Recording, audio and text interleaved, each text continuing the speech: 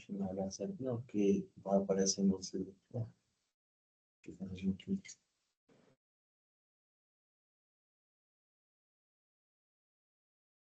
Peraí. Coloca aí, Gisele, para transmitir logo. Senão vai aparecer aqui. Pronto. Só um minutinho, desembargador. Estamos só conectando aqui a transmissão pelo YouTube. Ok. Ô, Maurício, tudo bem?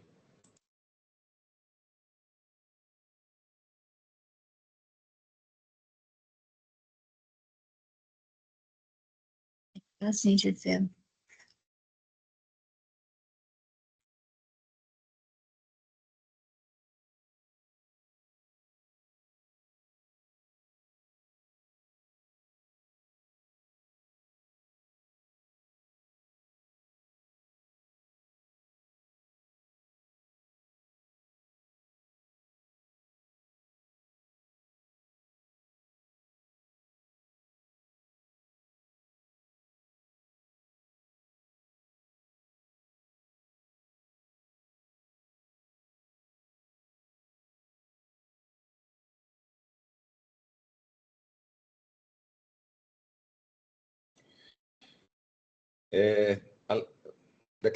Declaro abertos os trabalhos da segunda Câmara Civil, na data de hoje, 18 de março de 2025. Peço à nossa ilustre secretária que faça a leitura da ata da sessão anterior. Eu renovo meus cumprimentos e passo a leitura da ata da sessão anterior. Ata da sessão anterior, realizada no dia 11 de março de 2025, disponibilizada no Diário da Justiça de número 1112, do dia 11 de março de 2025, e dada como publicada no dia 12 de março de 2025. E a ata presente data não foi pugnada, eu passo para apreciação para o presidente da Câmara. Sem impugnações, declaro aprovada a referida ata. Vamos ao primeiro processo, doutora. O processo de número 4 da pauta é uma apelação cível de número 000-1778, dígito 93, 2003, 8180140, apelantes Vera Lúcia Nogueira Martins, Francisco das Chagas Limas e outros.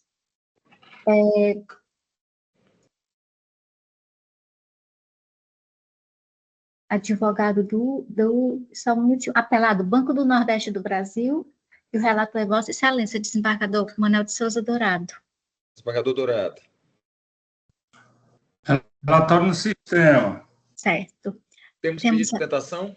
Temos a doutora Giovânia e a doutora Kelly. São duas apelações, né? Quer dizer, embora conste aí, mas são duas apelações. Aí, só que aí, no caso, tem que pedir sustentação de ambas as partes, né? Então, o primeiro apelante, a parte autora já se manifesta, né, desembargador Zé? Desembargador, quando as duas partes são apelantes e apelados, inicia-se pela parte autora. Isso. Advogado doutor da senhora Vera Lúcia. Bom dia. Bom dia, doutora.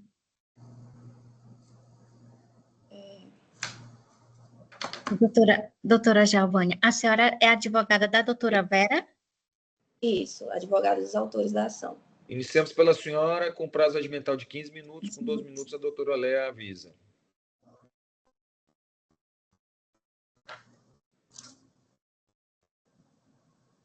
Pode iniciar. Gostaria de iniciar, Excelência, saudando os excelentíssimos desembargadores, componentes dessa egrégia Câmara Recursal, o excelentíssimo relator Manuel de Souza Dourado, excelentíssimo desembargador José James e excelentíssimo desembargador José Wilson. Cumprimento ainda nessa oportunidade os serventuários da Justiça e demais colegas advogados aqui presentes. A todos um bom dia. Nobres julgadores, venho aqui nessa oportunidade sustentar oralmente na defesa dos interesses de José Alves da Silva Câmara e outros nesta dupla apelação civil.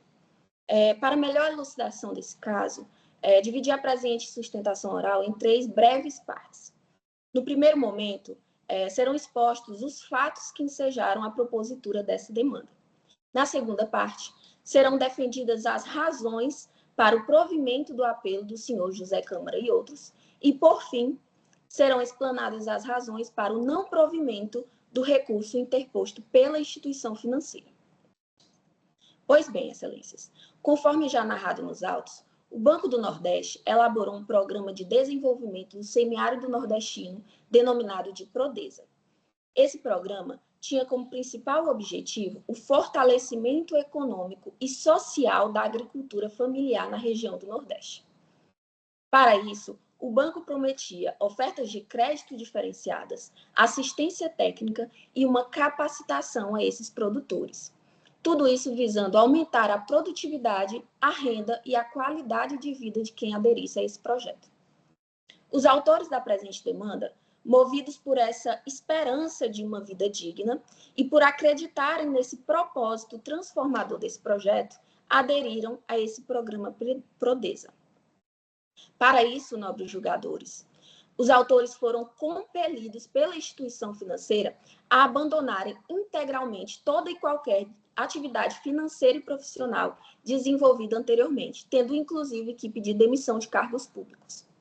Tudo isso por exigência expressa do banco, conforme foi reconhecido pelo laudo pericial realizado nos autos de origem, juntado aos autos sobre o D19 35 85 65.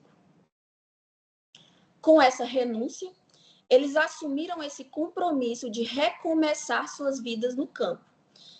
Para isso, adquiriram uma propriedade rural no interior do estado e para começarem a desenvolver essa atividade produtiva com o apoio do banco, que se apresentava como um verdadeiro parceiro nesse projeto. No entanto, excelências, essa realidade se revelou extremamente diferente da promessa. A instituição financeira atrasou injustificadamente a liberação dos repasses dos financiamentos. Além disso, inviabilizou a execução do programa pela não aprovação dos projetos desenvolvidos pelos prodesianos, abandonando o programa à própria sorte. Um exemplo claro dessa conduta abusiva é o caso do senhor Antônio Wilson, que submeteu 20 projetos de assistência técnica. Desses projetos, apenas 4 foram aprovados pela instituição financeira, segundo foi constatado pela perícia de ID 1257-2502, folhas 35. Isso inviabilizou a sua subsistência e o desenvolvimento do projeto, levando ao insucesso do programa. O senhor Francisco Virgílio, por sua vez, sofreu um atraso de 3 anos e 7 meses na liberação dos recursos previstos para a execução do projeto. Tudo isso também destacado pelas folhas 38 da perícia de mesmo ID. Isso tornou impossível a implementação do projeto dentro das condições que foram estabelecidas previamente. Como se não bastasse esses reiterados atrasos na liberação de repasses, o banco ajuizou diversas execuções desses financiamentos concedidos inicialmente, aplicando, no entanto, uma taxa abusiva e extremamente superior à prevista pelo Manual dos Prodesianos. Isso gerou um passivo financeiro insustentável, transformando uma promessa de desenvolvimento em uma verdadeira armadilha de endividamento. Diante desse cenário, excelências, é imperativo refletirmos sobre a angústia dessas famílias, que confiaram nesse programa, abriram mão de todas as suas rendas, empregos fixos e foram abruptamente abandonadas pelo banco. E ainda, após todas essas condutas abusivas, passaram a ser implacavelmente cobradas por uma dívida que o banco mesmo tornou impagável a partir de aplicação de taxas diversas da pactuada. Diante disso, os prodesianos ajuizaram a presente ação. Nos autos, foi realizada uma perícia que confirmou todos os fatos ora narrados. O trabalho técnico comprovou a omissão deliberada da instituição financeira, que, ao invés de atuar como parceira, tornou-se o principal fator de inviabilização do projeto, frustrando a legítima expectativa dos beneficiários e impondo-lhes prejuízos irreparáveis. Em decorrência disso, a instituição financeira foi condenada ao pagamento de indenização por danos materiais, que serão apurados em sede de liquidação de sentença, assim como danos morais no valor de R$ 120 mil, que deverão ainda ser divididos entre os 11 autores da demanda. Ademais, foi determinado ainda o recálculo dos financiamentos utilizando o índice do pequeno produtor rural. Passo agora, excelências, a expor as razões pela qual essa sentença merece reforma. Apesar de ter julgado, parcialmente procedente a demanda de origem, a sentença ainda merece reforma, pois, inicialmente, não reconheceu a inexigibilidade da dívida, acolhendo apenas o pedido alternativo de recálculo do financiamento, e, além disso, fixou um quanto indenizatório irrisório de reparação por danos morais. Quanto à inexigibilidade dos títulos, é importante ressaltar que o reconhecimento da responsabilidade do banco pelo atraso na liberação do recurso, bem como pela falta de assistência no desenvolvimento dos projetos, implica necessariamente na inexigibilidade dessa dívida. A instituição financeira não pode exigir o pagamento de financiamentos depois de não ter cumprido com a contraprestação assumida. Trata-se da exceção do contrato não cumprido previsto pelo artigo 476 do Código Civil. Na origem, contudo, excelências, o magistrado de piso afastou a alegação de inexigibilidade, considerando que não haveria pedido expresso na exordial. Ocorre que, apesar de não haver menção expressa na parte dispositiva, toda a fundamentação da peça permite extrair que essa inexigibilidade seria o pedido principal da ação, sendo alternativo o pedido de recálculo. Desse modo, conforme o posicionamento do STJ, é possível a interpretação sistemática dessa petição, sendo desnecessária a formulação de pedido expresso na parte final da peça, perdão. Nesse sentido, peço vênia para citar trecho da decisão proferida pelo STJ no julgamento do agravo regimental no recurso especial de número 1548506 do Rio de Janeiro, de relatoria do excelentíssimo ministro Moura Ribeiro. Abre aspas. Não configura ultrapetita ou extrapetita o provimento jurisdicional inserido nos limites do pedido, o qual deve ser interpretado lógica e sistematicamente a partir de toda a petição inicial e não apenas de sua parte final. Fecha aspas. Portanto, é perfeitamente possível a interpretação sistemática da peça inaugural no presente caso, o que implicará necessariamente na reforma da sentença de piso para reconhecer a inexigibilidade desses financiamentos. Quanto à condenação em danos morais, verifica-se que o comando judicial recorrido ele estabeleceu um quanto indenizatório de R$ 120 mil, que deverá ser dividido entre os 11 autores. Nessa hipótese, cada demandante terá direito ao valor irrisório de R$ 10.900. Esse valor, nobres julgadores, certamente não é suficiente para reparar todo o abalo moral suportado pelos autores, que, frisa-se, estão há mais de 20 anos nesta ação e sofrendo com os descasos da falta de responsabilidade da instituição financeira. Os autores vêm tendo seus bens penhorados na execução, perderam seus empregos, perderam todas as perspectivas financeiras em razão do insucesso do programa. Desse modo, essa condenação em danos morais deve ser majorada. Logo, se faz necessária a reforma da sentença para majorar a condenação em danos morais, assim como para reconhecer a inexigibilidade da dívida. Por outro lado, excelências, não merece prosperar o apelo da instituição financeira.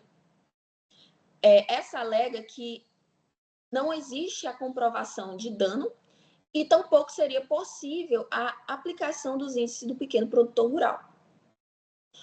Ocorre que, conforme exaustivamente demonstrado nos autos, o banco foi sim responsável pelo insucesso do programa, o que foi comprovado pela perícia realizada nos autos, não existindo qualquer prova acerca da responsabilidade dos autores decorrentes de suposta má gestão do programa. Logo, é devido sim a compensação material e moral por todos esses danos perpetrados pela instituição financeira. Igualmente, caso Vossas Excelências não entendam pelo reconhecimento da inexigibilidade do financiamento, pedido principal, o que não se espera, impõe-se ainda o desprovimento do apelo da instituição financeira para manter a condenação no recálculo da dívida utilizando os índices do pequeno produtor rural. Isso porque na folha 15 do ID 1935-8450 consta o Manual dos Prodesianos. Nesse manual é previsto desde o início o tratamento do pequeno produtor rural a todos os prodesianos. Dessa forma, se 3 minutos para o seu tempo, doutora. Olá, oi? 3 minutos para o seu tempo. Então, desde o início havia essa previsão. Além disso, essa alegação não foi realizada na origem, tratando-se de verdadeira inovação recursal, não sendo possível a discussão dessa matéria por essa instância. Ante o exposto, excelências, requer que seja negado o provimento à apelação da instituição financeira, bem como que seja dado provimento à apelação interposta pelos autores para majorar a condenação em danos morais, assim como reconhecer a inexigibilidade da dívida. Nesses termos, pede e espera deferimento. Muito obrigada. Ok, doutora. Com a palavra para a parte adversa. Pelo prazo também de 15 minutos, com 12 minutos, a doutora Léa adverte. É a doutora Kelly. Doutora Kelly. Doutora Kelly?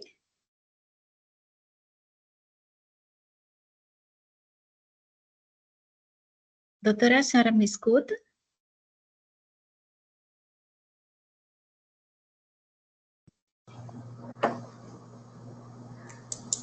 Não tem ninguém na telinha com o nome de Kelly, não, viu? Mas foi esse nome que me pediu através do WhatsApp. Nas telinhas aqui, nós estamos, já estou na terceira, não tem Kelly, não. Bem, não estando presente, vamos ao voto. Desembargador Dourado. Pois não. Eu vou tentar ser sintético no voto. Tá? Eu vou começar pela emenda. Direito Civil e Processual Civil, apelação indenizatória, programa Prodesa, falha na liberação de recursos e prestação de assistência técnica. Responsabilidade da instituição financeira, danos morais e materiais, inexigibilidade da dívida, inovação recursal, modificação dos encargos financeiros, sentença mantida. A falha da instituição financeira na liberação do recurso na prestação da assistência técnica no âmbito do programa Prodesa caracteriza inadimplemento contratual, configurando o dever de indenizar por danos materiais e morais. O valor da indenização por danos morais fixado em R$120 mil, a ser dividido entre os autores, serve os critérios da razoabilidade, proporcionalidade, sendo adequado às circunstâncias e ao caráter compensatório e pedagógico. E aí não se envolve o tempo de demanda. O dano moral sempre tem que observar antes do ajuizamento da demanda. Se a demanda passou 20 anos, nós não podemos sobrelevar dano moral por isso.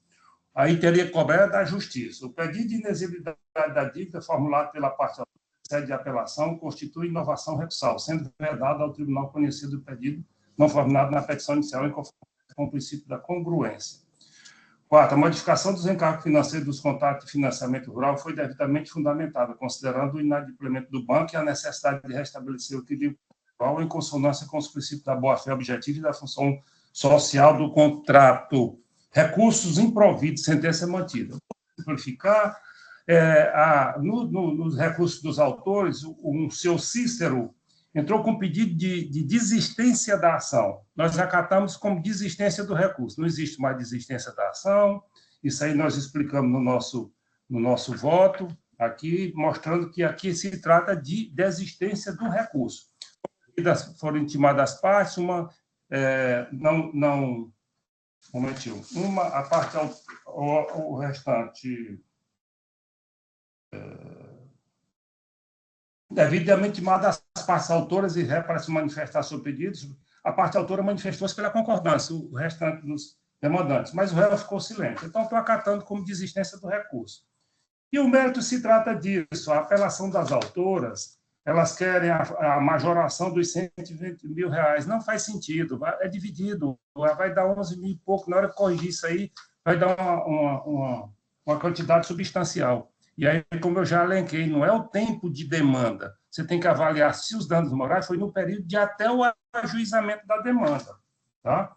E a outra alegação no tocante ao pedido de inexigibilidade da dívida, formulado por elas, trata-se de uma inovação recursal, isso não foi tocado, né, na petição inicial. Aí nós estamos adstrito, é o princípio da distinção, da congruência, o juiz foi muito acertado nisso. Eu apresento jurisprudência do Tribunal de Justiça do Rio Grande do Sul, na apelação civil 700.833.99931, relator Marco Antônio Anjo, data de julgamento 11/2/2021, né? 19ª Câmara Civil. Isso é uma jurisprudência. Trago outra também, jurisprudência, a questão do princípio da congruência, que é exatamente do TJDF. É a apelação 0712-7596-520-19-807-0018, 163-884. Relator Álvaro Ciarline, julgamento em 2022, 26 de 10 de 2022, segunda turma civil. Aí vou para a apelação da parte ré, também a parte ré assim surge, né, sobre a questão, ela alega que não tem responsabilidade. Tem, nós já reconhecemos, ela tem responsabilidade. O programa não faliu, não foi em função de má gestão das partes autoras, não. Foi realmente ela não cumpriu o que estava previsto no contrato. Aí eu falo da responsabilidade civil, o atraso, ela atrasou a disponibilização do recurso, inviabilizou o projeto das partes autoras. A omissão na prestação de apoio técnico, quer dizer, ela se omitiu, quer dizer, não prestou o devido apoio técnico. Então, nisso aí eu afastei, falo que a responsabilidade civil, aqueles fundamentos da responsabilidade civil. Então, a alegação de que o banco não deveria ser responsável pela má gestão dos autores não encontra respaldo. O perito judicial foi categórico ao apontar que a falta de suporte técnico e o atraso na liberação do recurso foram determinantes para o fracasso dos empreendimentos. Nós temos uma perícia mostrando isso aí, afastando a hipótese de má gestão. E, por fim, a alegação de que a sentença de primeiro lugar carece de fundamentação em relação, violando os princípios constitucionais, do 93, inciso 9, ao modificar a cláusula de encargo financeiro dos contratos de financiamento rural, também não prospera. O juiz foi muito acertado nisso aqui. Ela está adequadamente fundamentada a sentença. Primeiramente, o magistrado levou em consideração a unidade de implemento contratual. Ficou demonstrado nos autos que o Banco do Nordeste do Brasil, responsável pela liberação do recurso e a prestação assistência técnica no âmbito do projeto, falhou no cumprimento de suas obrigações. Então, diante dessa falha, a sentença reconheceu que os autores não puderam desenvolver seus projetos convenientemente. Então, nesse caso, nós afastamos também, e o caso concreto é esse, a aplicação dos encargos financeiros originalmente pactuados se tornaria excessivamente onerosa para os autores, e foi isso que o juiz fez a adequação. E eu, já partindo para o final, ao analisar o pedido de recálculo formulado pelos autores, o juiz manteve adstrita aos limites da petição inicial e a legislação aplicável, fundamentando claramente sua decisão. Então, não há realmente violação ao princípio constitucional. Ela não, e eu arremato, ela não apenas a sentença fundamentou a alteração dos encargos financeiros, como fez de maneira clara e suficiente, demonstrando a necessidade de ajustar as condições contratuais em razão de implemento. E aí, em relação à clareza do julgamento antecipadamente da LIDE, aí eu trago jurisprudência também do TJ de Minas Gerais, da apelação civil 1000220178743001, relator Amaury Pinto Ferreira, data de julgamento 23 de março de 2022, Câmara Civil, 17ª Câmara Civil, publicação 25 de março de 2022, e trago um aqui do nosso vizinho Maranhão, do Kleber Costa Carvalho, na apelação civil 0009882882381000115, Maranhão, tá? Publicação 4 de 2019. Então, com esse fundamento, presidentes, colegas, senhores presentes, eu conheço dos recursos, conheço de todos, inclusive do seu Cícero, homologo o pedido de existência da parte autora Cícero Lopes da Silva, nos termos do 485.8 do Código Civil, e, no mérito, voto pelo improvimento dos recursos interpostos pelas partes autoras e pela parte ré, mantendo-se a sentença em todos os seus termos. Eu majoro os honorários advocatícios devidos pela parte ré, apelante, em 5%, totalizando 15%, sobre o valor da condenação atualizado. Aí o fundamento lá no CPC. E eu deixo de majorar os honorários advocatícios pela parte autora, apelante, visto que não foram arbitrados em juízo de primeiro grau. Como voto. Embargador James. Eu acompanho integralmente o voto do relator. Eu vou pedir vênia aqui ao desembargador Dourado para divergir tão somente quanto ao valor do dano moral. Conquanto o valor aparentemente se parece expressivo, já que haverá incidência de juros de mora, mas aqui compulsando os autos de origem, eu vejo que a sentença foi proferida 13 de outubro de 2022, e a partir desta data que haverá incidência da correção monetária, embora os juros sejam a partir do inadimplemento da obrigação. Então, eu entendo, de qualquer sorte, que o valor não corresponde ao abalo moral que esses pequenos agricultores, né, ao aderir a esse programa, o Prodesa, eles tiveram durante todo o transcurso do que seria assistência técnica por parte do Banco do Nordeste. Como bem dito pelo desembargador relator, desembargador Dourado, o banco não, isso está comprovado através de perícia, o banco não acompanhou detidamente esses programas. Isso causou ingentes prejuízos a essas pessoas, já que elas tiveram que abdicar de outras atividades que elas tinham, inclusive remuneradas, porque era uma das exigências de que elas tivessem dedicação exclusiva ao programa, e simplesmente o banco os abandonou, os deixou à própria sorte, e é tão verdade que é um grupo aqui de pequenos agricultores, né? Não foi um caso isolado de um ou dois, né? São vários. E alguns deles, inclusive, por tantos problemas, acabaram adoecendo, né? Tiveram problemas. Tem um deles que, inclusive, veio adquirir um câncer, né? E outras enfermidades. Então, no meu sentir, essa indenização ela não está proporcional e razoável em relação ao abalo, como eu disse, que essas pessoas receberam. E por isso eu estou majorando o valor de 120 mil, né, arbitrado na sentença, para 240 mil, obviamente sendo rateado de forma igual para todos os autores, né? E, no mais, acompanhando o eminente relator, né? A minha divergência é parcial e tão somente quanto ao valor do dano moral. E eu estou refluindo para acompanhar a sua posição, com os seus argumentos, e concordo, portanto, com a alteração, né, Perfeito, do valor. Tá bom. Então, proclamo o resultado. E aí teremos a necessidade de coro ampliado aqui, né? Isso, vai ser adiado e para a próxima sessão com coro ampliado, desembargador. Exato. Então, o voto do desembargador Dourado foi pelo desprovimento dos recursos, e o meu voto divergente, acompanhado pelo desembargador James, é no sentido de majorar os danos morais para 240 mil reais. Vamos ao próximo. 240 mil, desembargador? 240 mil, Certo. Agora vamos para o processo de número 3.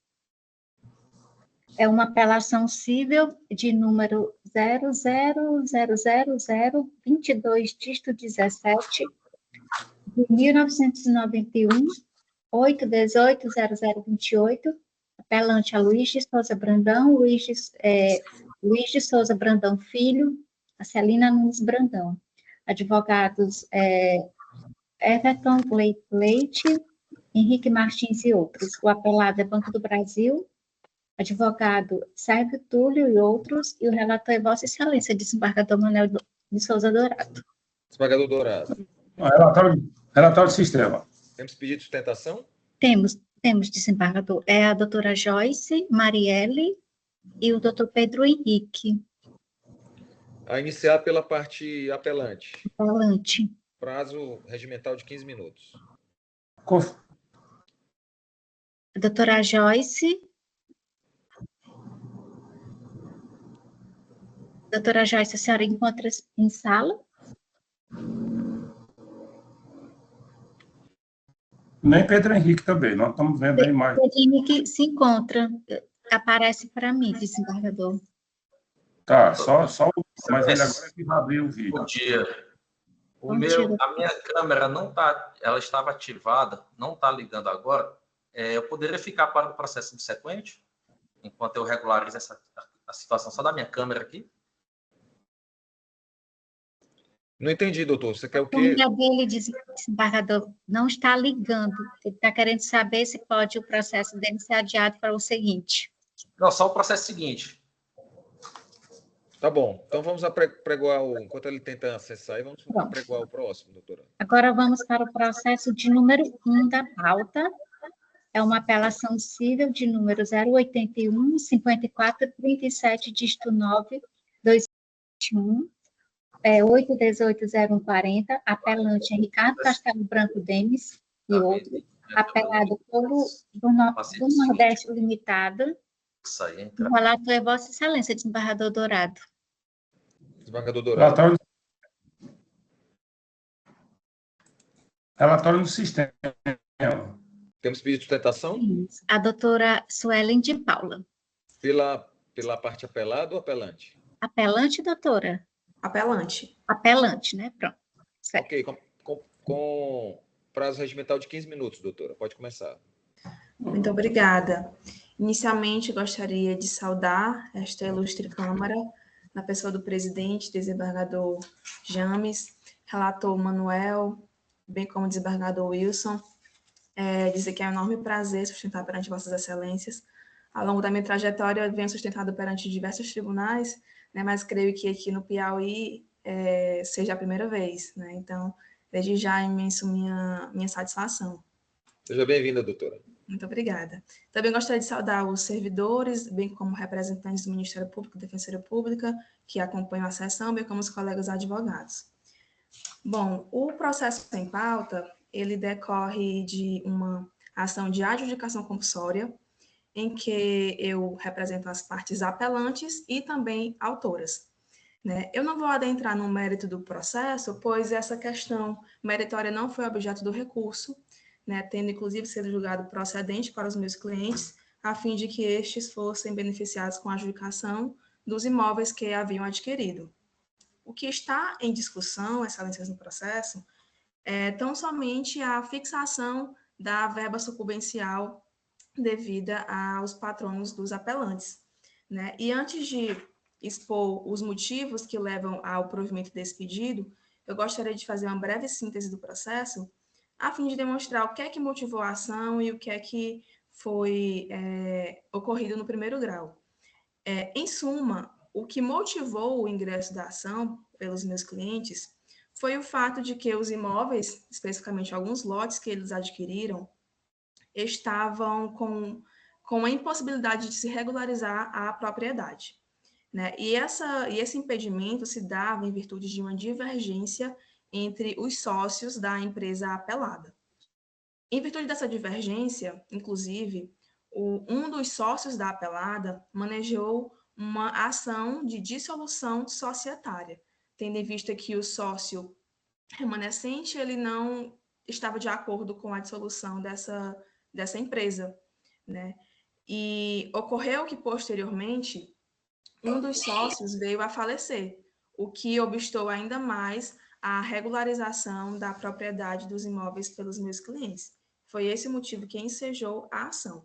No curso do processo, a empresa apelada foi devidamente citada, todavia restou revel. Sobreveio, posteriormente, uma manifestação do interventor, que foi nomeado na ação de dissolução, onde este interventor concordou com o pedido. E por esse motivo foi proferida a sentença, julgando procedente o pedido e fixando honorários. Todavia, não restou previsto na sentença o percentual devido de honorários. E essa questão foi objeto de embargos de declaração pelos meus clientes, a fim de que fosse arbitrado de fato qual seria o percentual devido sobre o valor da causa. Todavia, excelências, a sentença que julgou os embargos de declaração entendeu que, em verdade, descaberia honorários no presente caso. E os motivos que foram fundamentados na sentença foi que, primeiro, não houve recusa dos sócios para que houvesse a transferência desse imóvel. Segundo, o óbice para a transferência, para a regularização do imóvel, se deu em virtude da dissolução da empresa. E, em terceiro, não teria sido verificado a litigiosidade da demanda, né? Todavia, máxima vênia ao entendimento do juízo de primeiro grau, eu gostaria de expor quais são as razões que levam ao provimento do pedido de fixação de ônus sucumbenciais para os apelados. O primeiro deles se refere ao equívoco da sentença de primeiro grau, no que se refere ao fato de que a empresa apelada teria sido objeto de dissolução judicial, né? Eu pontuo, excelências, que a empresa apelada ela não foi objeto de liquidação ou sequer recuperação judicial. O que houve, em verdade, não foi uma ação intentada a fim de que a empresa, com fulcro, né, na Lei de Recuperação Judicial e Falências, a Lei 11.101. Na verdade, o que houve pelos sócios da empresa apelada foi uma ação baseada no Código Civil, uma ação de dissolução da empresa.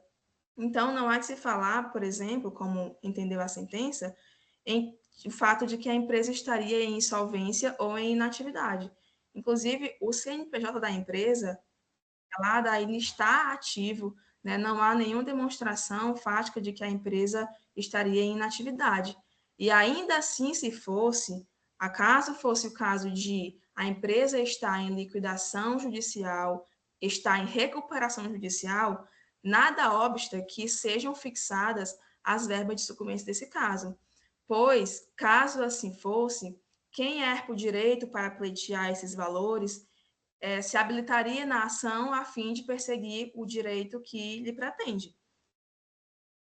E, em segundo ponto, excelências, eu aponto aqui a questão da causalidade do processo, né? Vossas excelências muito bem sabem que tanto a jurisprudência como a doutrina são sólidas a respeito do princípio da causalidade na ocasião da fixação das verbas de sucumbência, né? E é sedimentado que aquele que deu causa para o ajuizamento da ação é quem vai responder sobre as custas e despesas do processo, bem como os honorários, né? E nesse caso, excelências, eu reforço que, primeiro, existiu a divergência entre os sócios. Segundo, em razão da divergência, se gerou a ação de dissolução da sociedade. E esse foi o entrave para esse processo. Isso foi o que causou o entrave do processo, o que obstou a regularização dos imóveis. Acaso não houvesse divergência, não haveria dissolução de empresa e não haveria entrave para os meus clientes, né? Então, sendo bem claro aí que a causa para o ajuizamento da ação, o entrave que gerou essa lide, foi ocasionado pelos sócios da empresa apelada, ou seja, pela empresa apelada, sendo esta a que deu causa para o ajuizamento da ação. E em atenção à valorização e ao incentivo à advocacia, é que eu venho requerer que vossas excelências acolham os argumentos expostos na apelação, a fim de que seja dado provimento ao apelo, arbitrando-se os honorários que são devidos ao caso em pauta. E desde já agradeço a atenção de todos. Ok, doutora. Desembargador Dourado. É um, não é isso? Isso, desembargador. Bom, administrado de recursal, recurso conhecido, mérito do recurso. Conforme documentos apresentados, eu estou em controvérsia que os contratos de compra e venda celebrados entre as partes abrangeram 2 imóveis, lotes 7, ID 1361834 e 8, ID 1361835. Ambos quitados integralmente pelo autor apelante, que exerce a posse mansa e pacífica dos bens desde 2013. A manifestação favorável do administrador judicial da ré apelada reforça a inexistência de resistência à adjudicação. Está lá no ID 1361844. Aí o artigo 1417 do Código Civil, ele elenca que o promitente comprador celebra contrato de compra e venda sem cláusula de arrependimento e que quita integralmente o preço ajustado, adquire o direito de adjudicação do imóvel. Está lá, no 1417 e 1418 transcrito. Tem a súmula também 239 do STJ, a jurisprudência, a súmula 239. O direito à adjudicação compulsória não se condiciona ao registro do compromisso de compra e venda no cartório de imóveis. E a jurisprudência do STJ, a gente traz jurisprudência citando o STJ, traz essa súmula traz na jurisprudência do Rio de Janeiro, que eu junto na apelação 00051665220218190-202. Relatoria Cristina Tereza Gaule, de 15 de agosto de 2023, Quarta Câmara de Direito Privado, antiga Quinta Câmara. Aí eu prossigo. A sentença, no entanto, referiu-se equivocadamente à adjudicação do imóvel caracterizado na exaudial do feito, configurando o erro material. Por essa razão, impõe-se a reforma parcial da sentença para que conste expressamente a adjudicação compulsória dos imóveis descritos nos contratos firmados. Aí o ponto. No que tange às custas e honorários, a ausência de recusa injustificada ou resistência à adjudicação pela reapelada é fator relevante. O administrador judicial manifestou-se favoravelmente ao pleito da autora apelante desde o início, não havendo contenciosidade significativa que justifique a condenação da ré em honorários sucumbenciais. Demais, as despesas com a lavratura da escritura e registros cartorários são encargos típicos do adquirente, conforme jurisprudência consolidada em consonância com os princípios da boa-fé objetiva e da função social do contrato. Assim, é legítima a responsabilização da autora apelante por tais custos sem prejuízo de seu direito à adjudicação. O dispositivo eu conheço do recurso para, no método, dar parcial provimento para reformar a sentença apenas no ponto que determina a adjudicação dos imóveis, fazendo constar expressamente que se trata do lote 7 e 8 adquiridos pela autora apelante, permanecendo inalterado nos demais pontos, inclusive quanto à condenação em custos e honorários de sucumbência. Como voto? Desembargador James. Eu acompanho. Eu também acompanho. Proclamo o resultado. A segunda Câmara Civil, à unanimidade, conheceu do recurso e lhe deu parcial provimento para reformar a sentença apenas no ponto em que determina a adjudicação dos imóveis, fazendo constar expressamente que se trata dos lotes 7 e 8 adquiridos pela parte autora apelante, permanecendo inalterada nos demais pontos, inclusive quanto à condenação em custas e honorários de sucumbência. Vamos ao próximo. Obrigada, Excelência. Ótima sessão. Voltamos para o processo de número 3, desembargador. Vamos lá. É uma apelação civil de número 0000022, tipo 17, de 1991, 818-0028. Apelante é Luiz de Souza, Brandão e outros. Advogado Everton Leite Matos. O apelado é Banco do Brasil. Advogado Sérgio Filho e outros. E o relator é Vossa Excelência, desembargador Dourado. Desembargador Dourado. Relatório do sistema. Pedido de sustentação. Temos a doutora Joyce Marielle e o doutor Pedro. A doutora Joyce já se encontra na sala? Doutora Joyce, não, desembargador. Ela é pela parte apelante, né? O senhor é pela parte... Na verdade, nós representamos a mesma parte, desembargador José Wilson. Ela apenas fez o pedido e eu irei sustentar aqui nesse caso. É pela parte apelante, então, doutor? Pela parte apelante, exatamente. Agora ficou explicado, né? Desembargador Dourado. Bom, como é pela parte apelante, eu já vou antecipar o voto. Se o doutor quiser fazer a sustentação, mas é pela apelante. Eu estou dando provimento ao recurso, né, para anular a sentença de primeiro grau e determinar o retorno dos autos ao juiz de origem para prosseguimento. Pretende manter a sustentação, doutor? Excelência, é só o finalzinho, desembargador Dourado, para prosseguimento da execução, do cumprimento de sentença, não é isso? Eu digo, assim, ante o exposto, com base nas razões pedidas, conheço o recurso e dou-lhe o provimento para anular a sentença de primeiro grau e determinar o retorno dos autos ao juiz de origem para prosseguimento do feito. Então, para prosseguir com a execução, né? Perfeito, Excelência. Perfeito? Perfeito. Vamos declinar da sustentação. Ok, desembargador Dourado. Mas pronto. Então, colegas, o dispositivo é esse, a emenda está simples, processo civil, apelação civil, prescrição intercorrente reconhecida, existência... exatamente. Intercorrente reconhecida, existência honorários especiais, artigo 921, redação da Lei 14.195/21, na aplicabilidade do caso, princípio da causalidade, sentença proferida em data anterior em vigor do dispositivo, recurso conhecido e provido. É assim como está, mas o dispositivo é aquele lá, final. Ok, desembargador James. Acompanhe. Eu também acompanho e proclamo o resultado. A segunda Câmara Civil, unanimidade, conheceu do recurso e lhe deu provimento para anular a sentença de primeiro grau e determinar o retorno dos autos ao juiz de origem para prosseguimento do feito, diga-se do prosseguimento da execução. Vamos ao próximo. Obrigado, A processo de número 5 da pauta é uma apelação civil de número 070-8270, dígito 67-2018, 818-0000, apelante Igor Salomão Fontinelli Souza, advogados Efrem Paulo Lucas Nogueira e outros. O apelado é Luiz Gustavo de Miranda Marques, Hospital São Paulo e outros. Advogado Josino Ribeiro Neto. E o relator é Vossa Excelência, desembargador Dourado. Desembargador Dourado. Relatório. Temos pedido de sustentação, não é isso? Temos o doutor Gabriel Ataíde e o doutor Andrei Rios. Pela parte apelante, quem é? Sou eu, Endro Amorim. Endro, desculpa, doutor. Doutor Endro Amorim, pela parte apelante. A doutora Stephanie vai substituir o doutor Gabriel, é isso? Não, doutora, eu sou advogada do apelado, doutor Luiz Gustavo. Ok. Então, pela parte apelante, pelo prazo de 15 minutos, com 12 minutos, a doutora Léa adverte.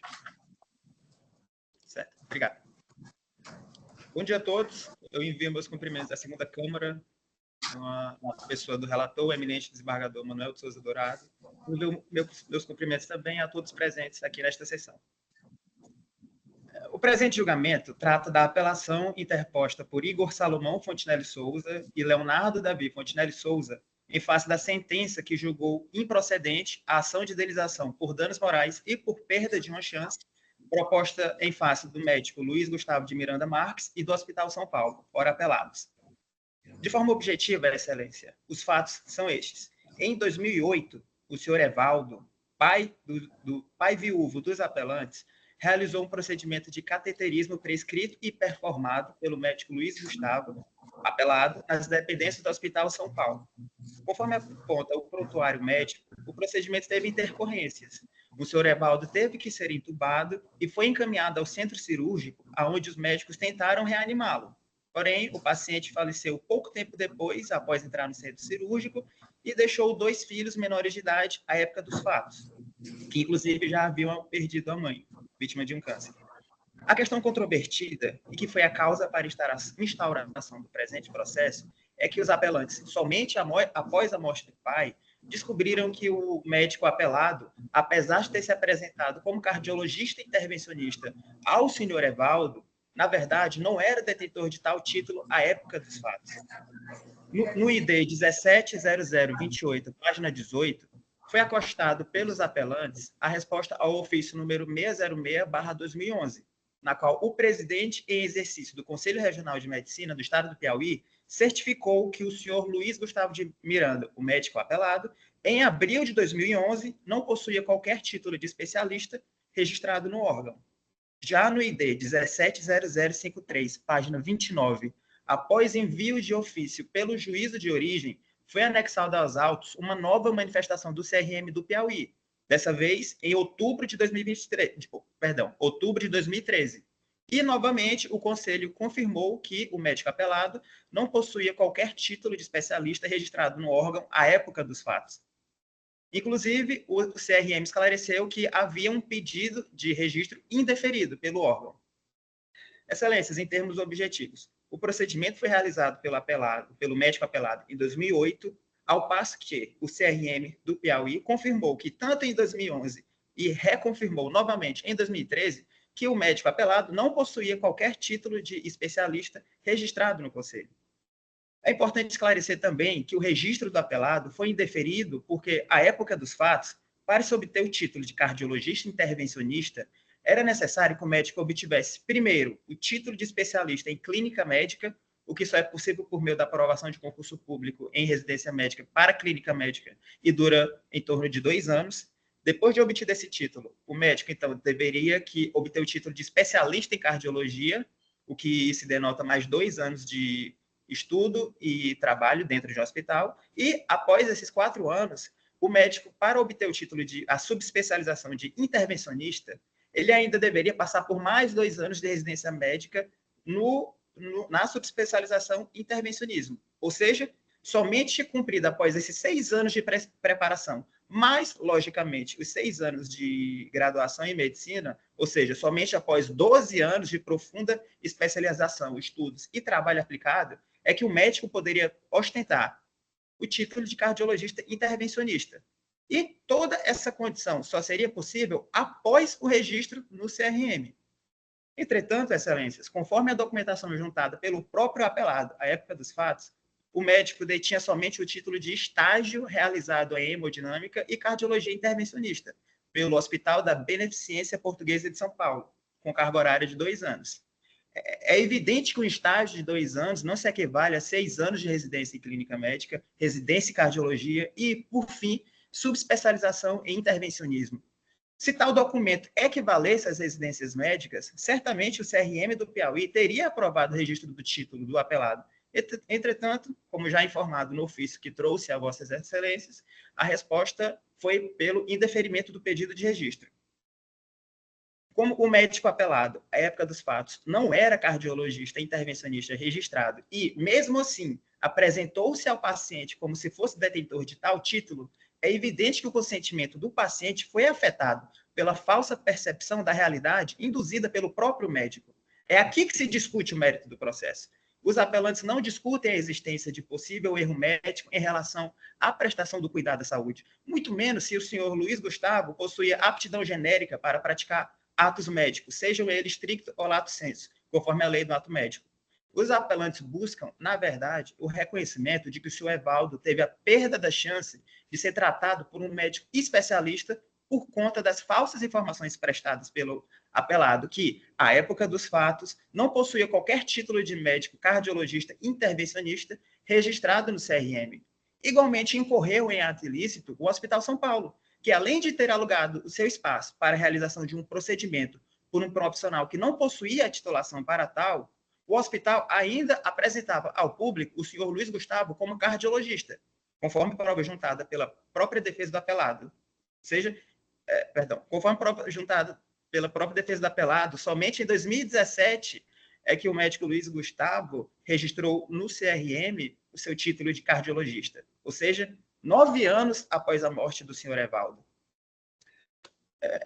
Excelências, uma vez que os carimbos, placas e identificações utilizadas pelo profissional médico não correspondiam à sua real qualificação, há um erro quanto à pessoa. Assim, induzido a erro pela falsa titulação do médico, o senhor Evaldo aceitou ser submetido ao tratamento, o que maculou por completo o seu consentimento, retirou sua chance de ser tratado por um médico especialista e resultou em uma verdadeira assunção de responsabilidade pelo médico acerca do resultado do tratamento. Ou seja, uma obrigação que era de meio passou a ser uma obrigação de resultado. A situação me parece ser clara. Se o ser humano médio possui um problema, possui uma queixa de um problema em um órgão vital, como o coração, e ela vai ter que ser submetida a um procedimento, é evidente que se ela tiver a posse das informações e ela tiver que escolher entre um médico que é especialista e possui registro no CRM e um médico que não possui tal registro, é evidente que o ser humano médio irá escolher o profissional mais gabaritado para aquele tipo de procedimento. Essas foram, inclusive, as informações prestadas nas folhas 474 pela Sociedade Brasileira da Hemodinâmica e Cardiologia Intervencionista em resposta ao ofício enviado pelo próprio juízo de origem, ao qual eu peço licença para citar, ipsis literis, o esclarecimento prestado pela sociedade. Não há exigência que um médico seja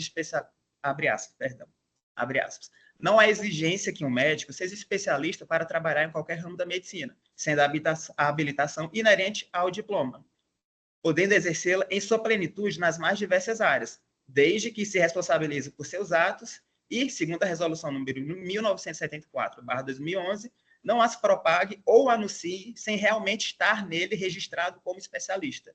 Fecha aspas. É nesse sentido também que trago um trecho do voto do ministro Luiz Felipe Salomão no julgamento do recurso especial 154-0580, do Distrito Federal, publicado em 4 de setembro de 2018. Abre aspas. O princípio da autonomia da vontade, ou autodeterminação, com base constitucional e previsão em diversos documentos internacionais, é fonte do dever de informação e do correlato de direito ao consentimento livre e informado do paciente e preconiza a valorização do sujeito por trás do paciente, enfatizando a sua capacidade de se autogovernar, de fazer opções e de agir segundo suas próprias deliberações. O ônus da prova quanto ao cumprimento do dever de informar e obter o consentimento informado do paciente é do médico ou do hospital, orientado pelo princípio da colaboração processual, em que cada parte deve contribuir com os elementos probatórios que mais facilmente lhe possam ser exigidos. Fecha aspas. Nos autos, o apelado nunca se desincumbiu do ônus de provar que informou de fato acerca da inexistência do registro de especialista ao paciente. Pelo contrário, o apelado induziu a erro o paciente. Pelo exposto, uma vez que ostentava a titulação e especialidade que não possuía registro, o apelado assumiu o risco por sua conduta, atraindo para si a responsabilidade de resultado pela sua prática. Por essas razões é que a presente ação foi ajuizada, e era por essas razões que os apelantes esperavam que a demanda fosse julgada procedente, principalmente porque o juízo de origem, data máxima vênia, agiu de forma contraditória ao proferir a sentença. No despacho de 170053, página 21, o juízo de origem revogou a nomeação do médico Valdir Martins Brito como perito para atuar na presente causa, porque o Dr. Valdir não possuía especialização em cardiologia, com a subespecialização em hemodinâmica e cardiologia intervencionista. Ora, excelências, se o perito precisa ter essa titulação para poder responder aos questionamentos das partes, a conclusão lógica é de que o médico que realizou a cirurgia também deveria ter a referida especialização. Entretanto, a ação foi julgada improcedente. Portanto, por fim, considerando que o julgamento ainda não foi finalizado, e nos termos do artigo 942, parágrafo 2º do CPC, que permite a alteração dos votos até o fim do julgamento e a proclamação do resultado, os apelantes, a partir das razões aqui expostas, requerem o acolhimento do apelo para reformar o julgado de origem e julgar a ação procedente, condenando os apelados ao pagamento de indenização por danos morais e pela perda de uma chance. Muito obrigado. Ok, doutor, com a palavra, a parte adversa pelo mesmo prazo, 15 minutos. Tem a doutora Estefânia e a doutora Priscila, também pela parte apelada, doutora? Doutora, sim, eu e a doutora Priscila pelo doutor Luiz Gustavo, e em sala também está o doutor Mauro, que é pelo Hospital São Paulo. O tempo é rateado. Então, são três advogados, 5 minutos para cada um. No caso, eu acredito que só eu e o doutor Mauro que vamos fazer. O senhor quer começar, doutor Mauro? A senhora pode começar, doutor Stefano. 7 minutos e 30 para cada um, tá bom? Posso começar, né, doutor? Pode iniciar. Excelentíssimos senhores desembargadores do Tribunal de Justiça do Piauí, nobres colegas advogados, representantes do Ministério Público, senhores servidores, demais presentes, bom dia. De início, eu gostaria de informar que essa sessão de julgamento dessa presente apelação, ela iniciou dia 1º de dezembro de 2020, tendo sido proferido o voto do desembargador Oliveira, que era o relator à época, está no ID 277-8260, que o doutor Oliveira, o desembargador Oliveira, proferiu o voto pelo conhecimento e improvimento do recurso. Porém, até a presente data, apesar da gente já ter requerido algumas vezes, o relatório do desembargador Oliveira, né, o voto do desembargador Oliveira não foi colacionado aos autos. Motivo pelo qual a gente reitera aqui em sessão. Essa arguição já está superada, doutora, porque o desembargador Dourado já juntou aos autos a minuta do voto do desembargador Oliveira. Ah, tudo bem, doutor. Então, eu peço desculpa, porque eu não tinha verificado até a última vez que eu olhei. Pode só manifestar, detrás do tempo dela aí, os segundos que eu vou manifestar, pode ser? Ou não, desembargador Dourado? Não, doutora, não tem que pedir desculpa, não. Na realidade, um verdadeiro imbróglio para se localizar esse voto. Tá? E o voto foi localizado realizado e está tentado mesmo. É uma história muito longa que não dá para declinar aqui. Sistema do tribunal. Não? Tudo bem. Vou continuar. Trata-se de apelação civil interposta contra a decisão do juízo da 8ª Vara Civil, proferido pela doutora Lucicleide Belo, que julgou improcedente a ação de indenização por danos morais e perda de uma chance. Os autores alegam na inicial que o genitor faleceu em decorrência de um erro médico provocado pelo requerido nas dependências do Hospital São Paulo, e que ainda o referido médico não possuía a qualificação necessária para a execução do exame. Primeiro, eu gostaria de esclarecer que nenhum dos apelantes, ou mesmo das testemunhas colacionadas por eles, estavam presentes em qualquer consulta ou mesmo durante o exame. Então, eles não podem afirmar como o requerido se apresentou ou não ao pai dos apelados. Além do que, é um deles provarem, né, que o doutor Luiz Gustavo, ora apelado, se apresentou dessa forma para o genitor. O doutor Luiz Gustavo, ora apelado, é médico devidamente registrado no Conselho Regional de Medicina do Piauí, portanto, ele é apto para exercer a medicina em qualquer de suas especialidades. Além disso, trata-se de um médico com alto nível de formação, o currículo dele, os certificados, todos foram colacionados junto com a nossa contestação. Ele possui treinamento na área de cardiologia intervencionista e hemodinâmica em centro de formador reconhecido pela Sociedade Brasileira de Hemodinâmica e Cardiologista, que é a Hospital da Beneficência Portuguesa. Possui o registro de qualificação de especialista, que é o RQE, sobre o número 3050, inexistindo qualquer óbice legal ou impedimento do Conselho de Classe para atuação no procedimento de cardiologia hemodinâmica e intervencionista. Os apelantes não juntaram nos autos qualquer prova de suas alegações. Eles não se referem em nenhum momento à literatura médica, a prova testemunhal não corroborou com as suas fundamentações e, além disso, houve nesse processo uma perícia técnica realizada por um médico cardiologista, Dr. Alexandre Haddad, que não vislumbrou qualquer erro nas condutas feitas pelo doutor Luiz Gustavo. Além disso, foram ouvidas 2 testemunhas nesse processo, o doutor Elisiário e o doutor Carlyle, que prestaram depoimentos como testemunhas, e temos também o parecer do Conselho Federal de Medicina e da Sociedade Brasileira de Hemodinâmica, colacionados aos autos. Sobre a primeira alegação de erro médico, os apelantes não colacionaram nenhuma prova, né, repetindo várias vezes, não colacionaram e nem especificaram qual seria o erro que o doutor Luiz Gustavo teria cometido. A perícia técnica constatou que o cateterismo era indicado para o paciente e que o quadro clínico do genitor era gravíssimo, inclusive com infarto prévio atestado no exame de esteira, e que esse paciente poderia vir a óbito mesmo em descanso. Né, que o cateterismo em si não foi causa ou motivo ou com causa do óbito do paciente. Quanto às alegações de vício no consentimento, como eu frisei inicialmente, nenhuma das testemunhas ou informantes ou mesmo os apelantes estavam presentes, seja no momento do exame, seja no momento das consultas prévias que foram realizadas ou dos outros exames que foram feitos, para poder afirmar ou informar qualquer coisa sobre como o médico se apresentava, sobre placas, sobre qualquer tipo de apresentação que o médico possa ter feito ao senhor Evaldo. Tendo em vista todas essas alegações infundadas, né, a gente requer a improcedência do recurso, mantendo em toto a sentença e condenando os apelantes em honorários de sucumbência. Obrigada. Ok, o outro advogado, por favor, 7 minutos e 30 também. Obrigado, bom dia a todos. Desembargador José Wilson, presidente dessa Câmara, desembargador Manuel Dourado, relator desse processo, desembargador James, doutora Catarina, representante do Ministério Público, senhora secretária e demais presentes.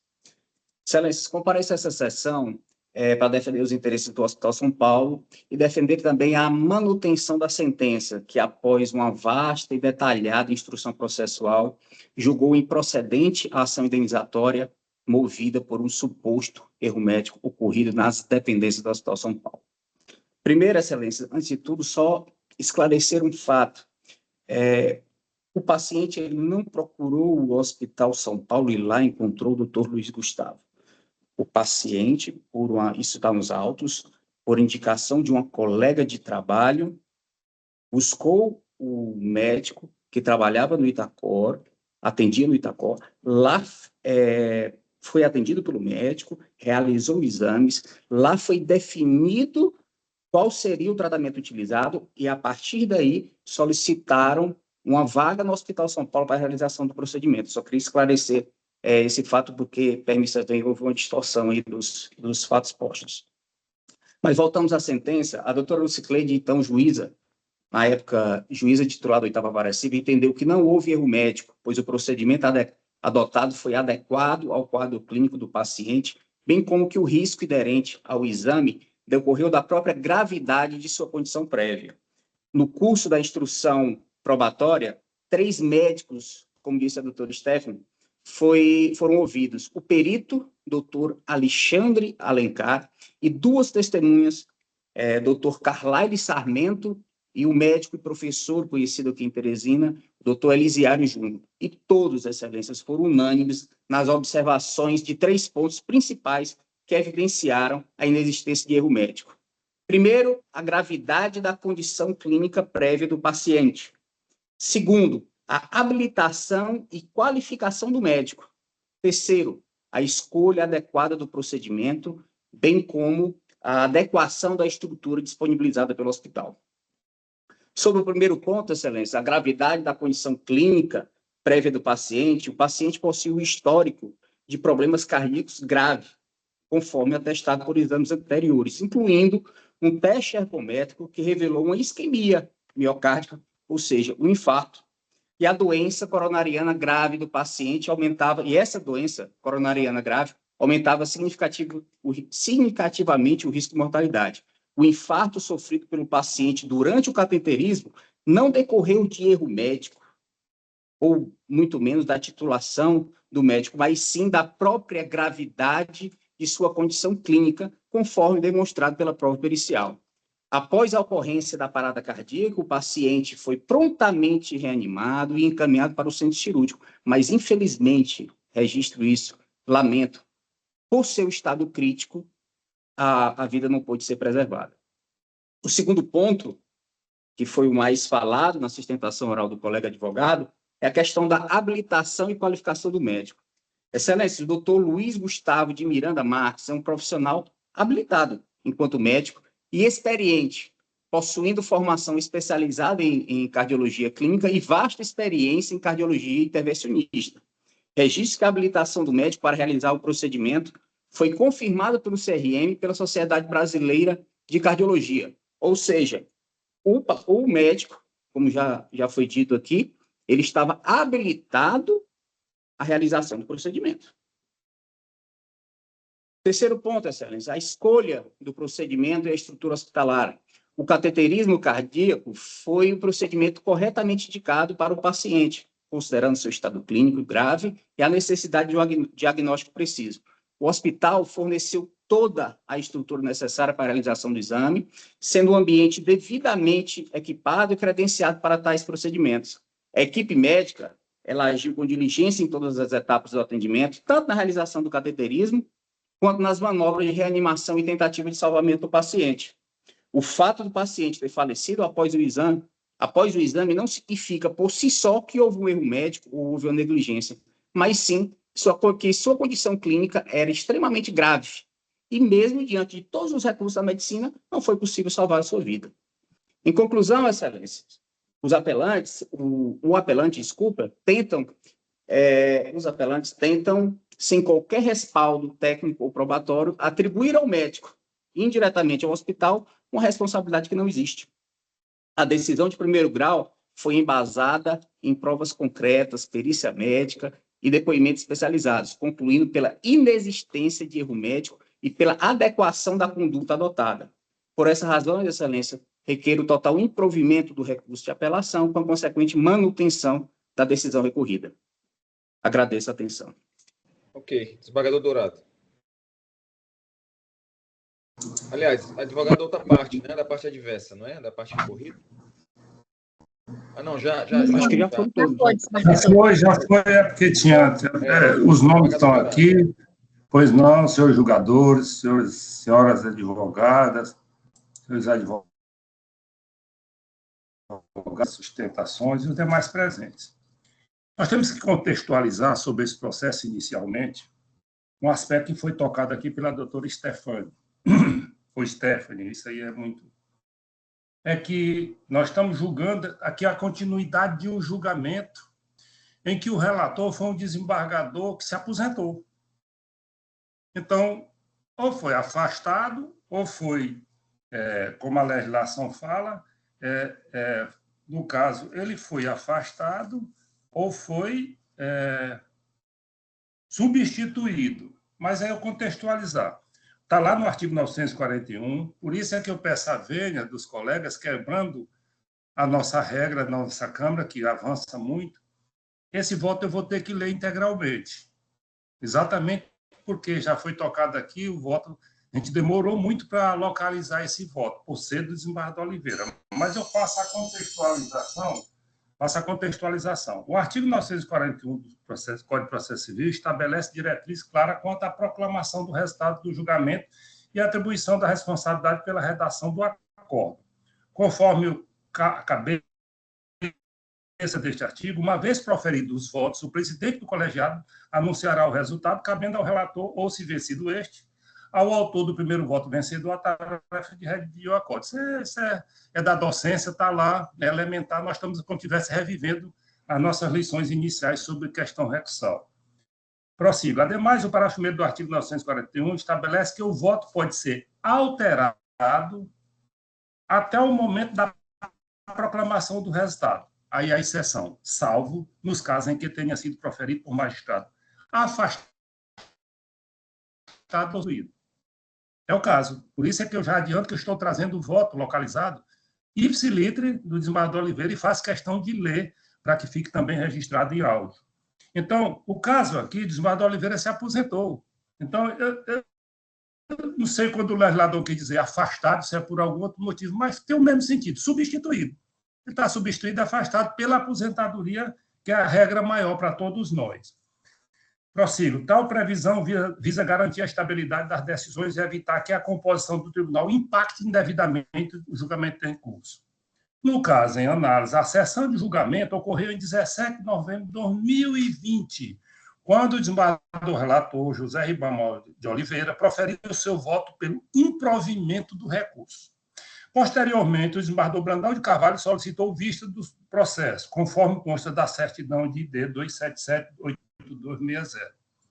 Contudo, verifica-se que o desembargador José de Oliveira se aposentou antes da continuidade do julgamento, que é o que nós estamos fazendo hoje, depois desse longo tempo. Diante do que dispõe o parágrafo 1º do 941 do CPC, o voto por ele proferido permanece válido e imutável, visto que a norma impede a alteração de voto proferido por magistrado afastado ou substituído. Tal previsão resguarda a segurança jurídica e a coerência processual, assegurando que o julgamento prossiga em conformidade com o rito estabelecido. Dessa forma, considerando-se tratar de uma continuidade de julgamento, após pedido de vistas, é imprescindível observar que o voto proferido pelo desembargador José Ribamar de Oliveira deve ser considerado nos termos processuais pertinentes. A aplicação do 941 reforça a necessidade de respeitar os votos anteriormente proferidos e garantir a coerência no desfecho do julgamento. Portanto, em razão da impossibilidade de alteração do voto do desembargador José Ribamar de Oliveira, este deve ser integralmente mantido para fins de deliberação final, observando-se o devido processo legal e a previsão expressa na legislação processual.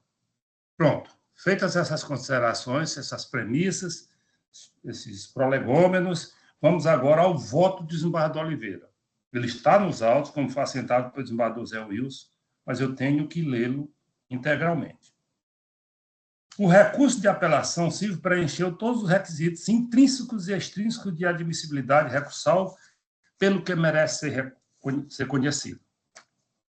Tratam os autos de ação de indenização por danos morais e perda da chance proposta pelos apelantes em face dos apelados. Em resumo, alegaram os autores, ora apelantes, que são filhos de Evaldo Pereira de Souza, que faleceu após suposta complicação em exame de cateterismo realizado pelo profissional médico Luiz Gustavo de Miranda Marques, dentro das instalações do Hospital São Paulo. É sabido que, de acordo com o artigo 951 do Código Civil e o artigo 14, parágrafo 4º do Código de Defesa do Consumidor, a responsabilidade do médico é subjetiva, ou seja, depende da apuração de existência de imprudência ou imperícia na conduta médica para ficar caracterizada a responsabilidade civil. Assim, ainda que se possa ser rigoroso na apreciação de eventuais falhas médicas, já que quanto mais importante e prestigiosa é a profissão, maior é a perícia e competência que se espera do profissional, fato é que, sem a percepção de algum erro imputável ao médico, não há falar em responsabilidade civil. Não obstante isso, mesmo com que é subjetiva a responsabilidade perquirida, não há como negar que se trata de relação regida pela influência da regra consumerista, que prescreve dever ser facilitada a defesa dos seus direitos, inclusive com a inversão do ônus da prova, a seu favor, no processo civil, parágrafo 6º, inciso 8º do CDC, bem como que se está diante de contexto que recomenda a distribuição dinâmica do ônus provatório. Há muito admitido em nosso direito e agora positivado no novo CPC, artigos 373, parágrafo 1º. Aí faz referência ao artigo, eu me abstenho de ler, transcreve o artigo 373, né? E o seu parágrafo, os incisos e parágrafo. Prossegue. De um lado, portanto, ao consumidor compete a produção de prova da verossimilhança das suas alegações, também conhecido como prova indiciária ou de primeira aparência, conforme Sérgio Cavalieri Filho, Programa de Direito do Consumidor, ato 2009, página 245. De outro, conforme o sistema consumerista, para afastar o nexo causal entre o serviço prestado e o dano alegado, deve os fornecedores do serviço, por sua vez, demonstrar a ausência de defeito no serviço, a culpa exclusiva do consumidor ou a culpa exclusiva de terceiro. Ademais, não se analisa a questão da prova de culpa dos médicos. Quando se analisa a prova da questão de culpa dos médicos, a doutrina nacional costuma apontar para a enorme dificuldade de se demonstrar tal culpa. Isto vale tanto para os casos de danos ocorridos durante complexo ato cirúrgico, como também para os casos de simples necessidade de demonstração de correção diagnóstica e das técnicas cirúrgicas adotadas. Por tal razão, o legislador, a doutrina e a jurisprudência procuram facilitar a atividade probatória das possíveis vítimas de um erro médico. Nota-se ainda que a teoria da carga probatória dinâmica, originária da Argentina, mas aplicada amplamente no Brasil, que inclusive introduziu especialmente essa regra no novo Código de Processo Civil, artigo 373, parágrafo 1º, parte tal teoria da aceitação da teoria clássica, segundo a qual actiore incumbit probatio, quer dizer, o latim está aqui, ao autor incumbe o ônus da prova dos fatos constituídos do seu direito. Todavia, admitido o fato de que realmente é mais lógico e razoável, além de se tratar de uma regra universal e historicamente consolidada, salienta-se que tal regra probatória foi criada para as situações normais e comuns.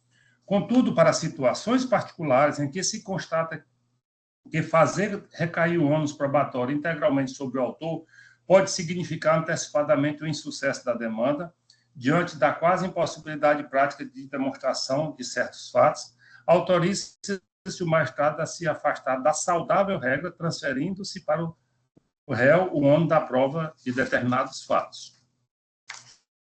Isso é feito quando se percebe que ao réu seria muito mais fácil produzir tal prova, seja porque domina a técnica e pode mais facilmente explicar o que de fato pode ter ocorrido, seja porque conhece a literatura técnica pertinente e pode mais facilmente colacioná-la, seja ainda porque tem mais facilidade de acesso aos meios probatórios disponíveis.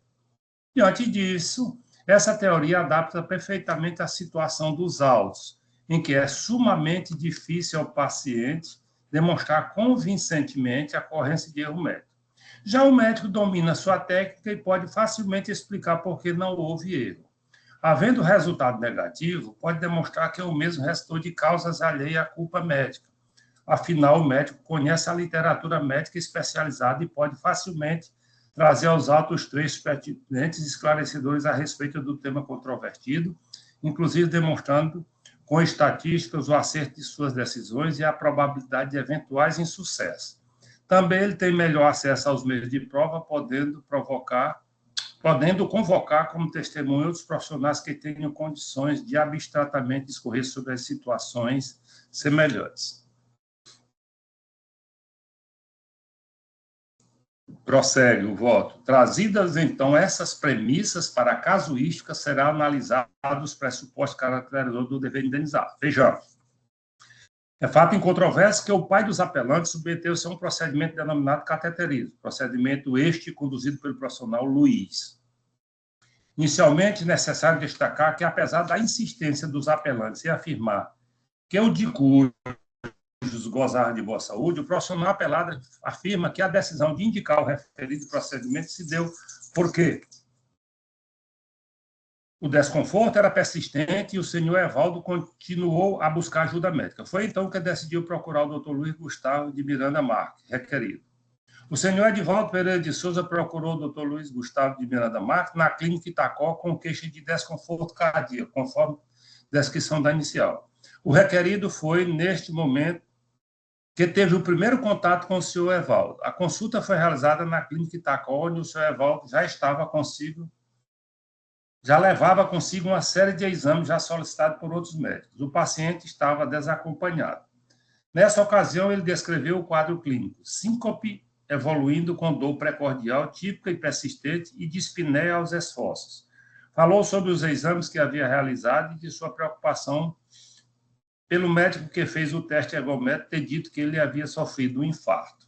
Em pontinho de aspas, mas prossegue o pontinho de reticência, prossegue os outros. O resultado, aí aspas, o resultado do mapa, realizado em 5 de 11 de 2008, foi de que o paciente tinha comportamento anormal, tanto da sístole quanto da diástole, além da ausência de descenso, sono, vigília habitual, folha 54, e o teste ergométrico na esteira realizado na clínica Ricardo Lobo, do dia 12 de 11 de 2008, pelo Dr. Isaías Oliveira Filho, folha 51, verso, concluiu: o segmento ST infradesnivela do elastante 4 sem precordialgia. Tem indicação de estudo hemodinâmico, cateterismo cardíaco ou antes cintilografia de perfusão miocárdica, teste eficaz e positivo para isquemia miocárdica até a FC atingida. Aspas, fechado.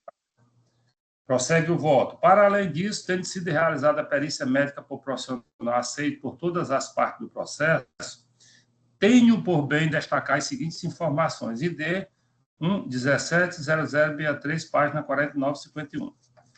Aí tem o número 14. O cateterismo cardíaco estava formalmente indicado neste caso. Aí, reticência, aspas, 15. Não havia utilidade de cintilografia, pois o paciente tinha evidência clara de isquemia miocárdica por outros exames. Aspas, reticência.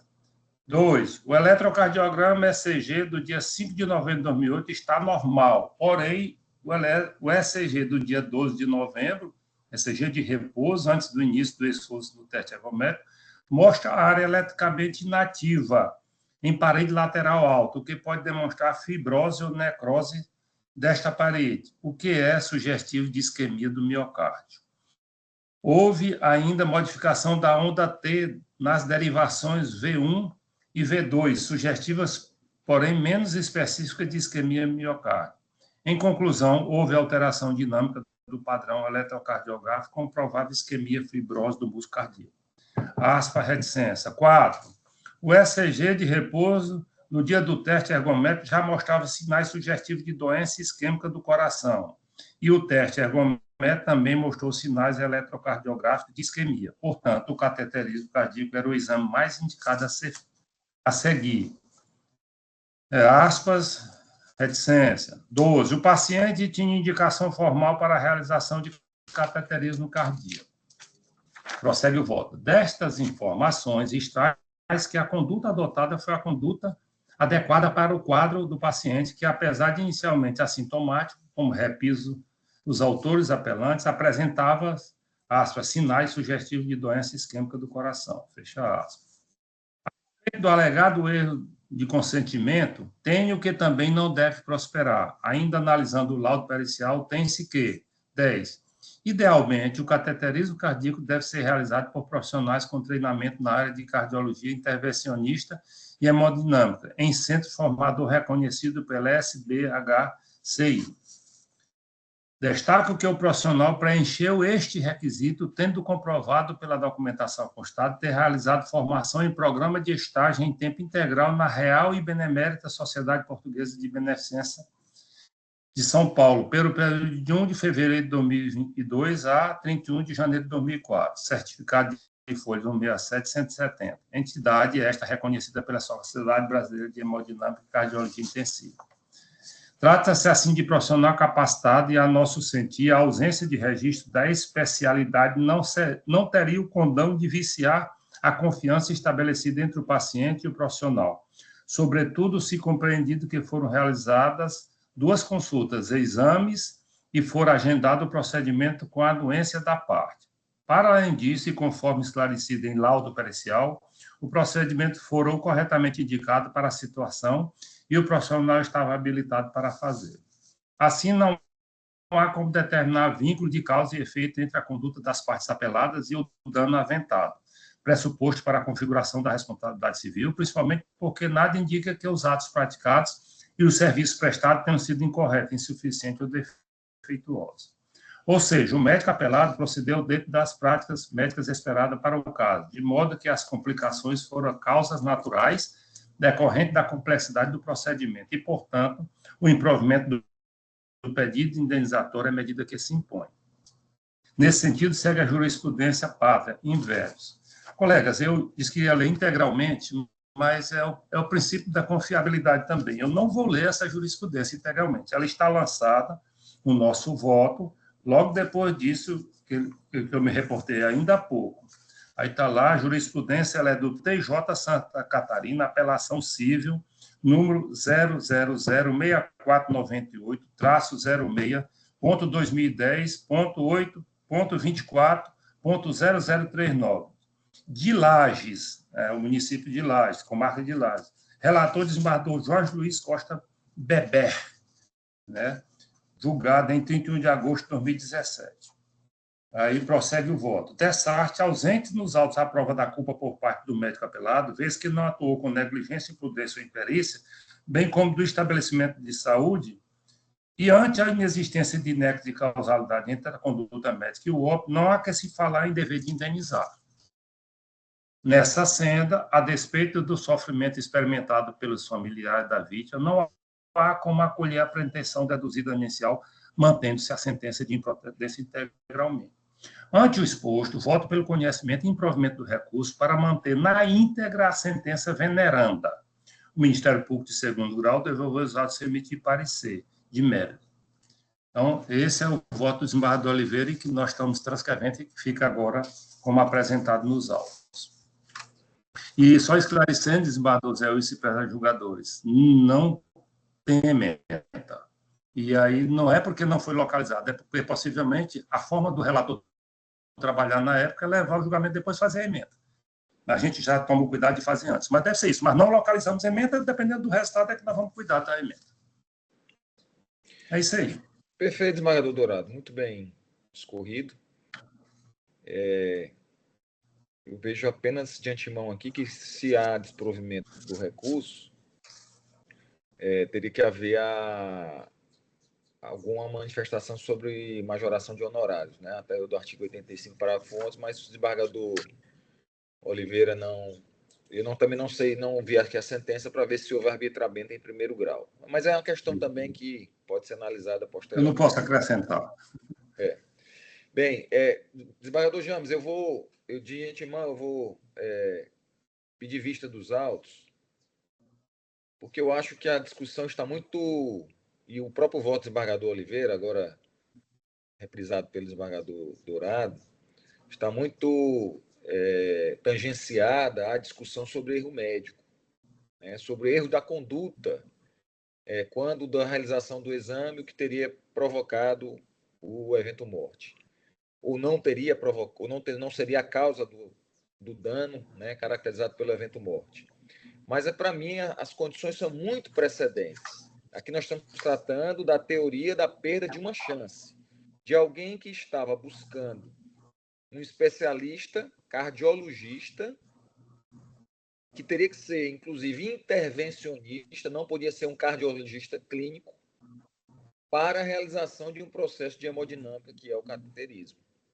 E aí há muitas ambiguidades, dicotomias, da formação desse médico à época do fato, de que hoje ele estaria habilitado, talvez sim, nem isso eu tenho certeza. Digo como médico, como cardiologista intervencionista, porque há dados de que a ultimação dessa formação ocorreu em 2017, ou seja, 7 anos após o falecimento desse senhor, né, que deixou dois filhos órfãos, infelizmente, e 6 anos após a propositura da ação. Então, como me restam essas dúvidas, né, de saber se a formação desse médico, à época da realização do exame, permitia que ele procedesse ao exame de cateterismo, que me leva à necessidade de melhor analisar esses autos, né, e tentando trazer o mais rápido possível diante, evidentemente, de uma demanda que se arrasta aí por longos anos. E ainda, Vossa Excelência, desembargador Jantes, Vossa Excelência prefere proferir logo seu voto ou aguarda o voto visto? Não, vou aguardar. Ok, então, processo suspenso sob pedido de vista do desembargador Zé Wilson. Vamos ao próximo, agradecendo aos advogados pela presença. Obrigado. Obrigada, bom dia. Bom dia. Desembargador Zé Wilson? Vamos ao próximo. Só um minutinho, é porque falhou, acho que a conexão. O 5 foi retirado de pauta em razão do pedido de vista de Vossa Excelência, não é isso? Isso. Certo, tudo bem. Agora vamos para o processo de número 2 da pauta. É uma apelação civil de número 0000701, dígito 27. Só um minutinho, doutora Léa. Nós temos pedido de sustentação nesse processo? Não temos. Temos, né? Não. Tá bom, podemos prosseguir. Certo, vou repetir aqui o número. É uma apelação civil de número 0000701, dígito 27, 2015, 818-0076. O apelante é João Ricardo Pinheiro Campos Souza, apelado Roberto Carlos Gomes da Silva, e o relator é Vossa Excelência, desembargador Dourado. Podemos desembargador Dourado. Só emenda direito civil, apelação civil, ação de indenização de danos morais, agressões verbais em contexto público, responsabilidade civil, configuração de ato ilícito, inexistência de cessamento de defesa, valor da indenização mantida, recurso não provido. O deferimento de perícia no vídeo utilizado como prova não configura cessamento de defesa quando o magistrado, no exercício do seu poder instrutório, entende que a prova requerida é irrelevante ou desnecessária ao julgamento, conforme 370 do CPC. No caso, o juiz de primeiro grau fundamentou adequadamente a decisão, considerando que não havia indício de adulteração do vídeo e que o próprio apelante reconheceu parte dos fatos registrados. 2. A responsabilidade civil por danos morais exige a comprovação do ato ilícito, a culpa do agente e do dano, nos termos do artigo 180.907 do Código Civil.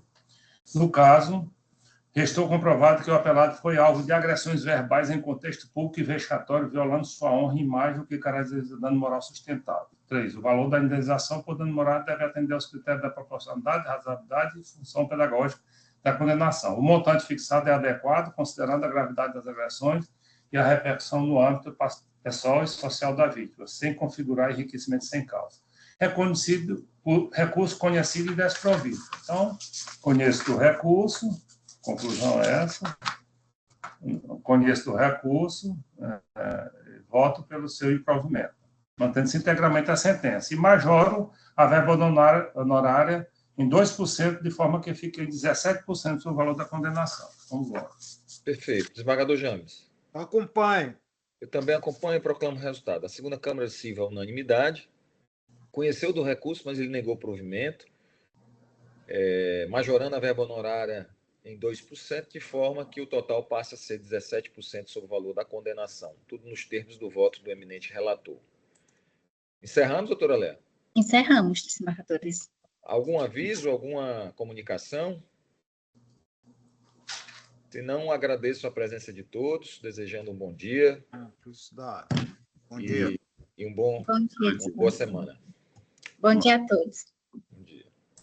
Bom dia a todos. Bom dia, doutora. Bom dia, desembargador. Até a próxima.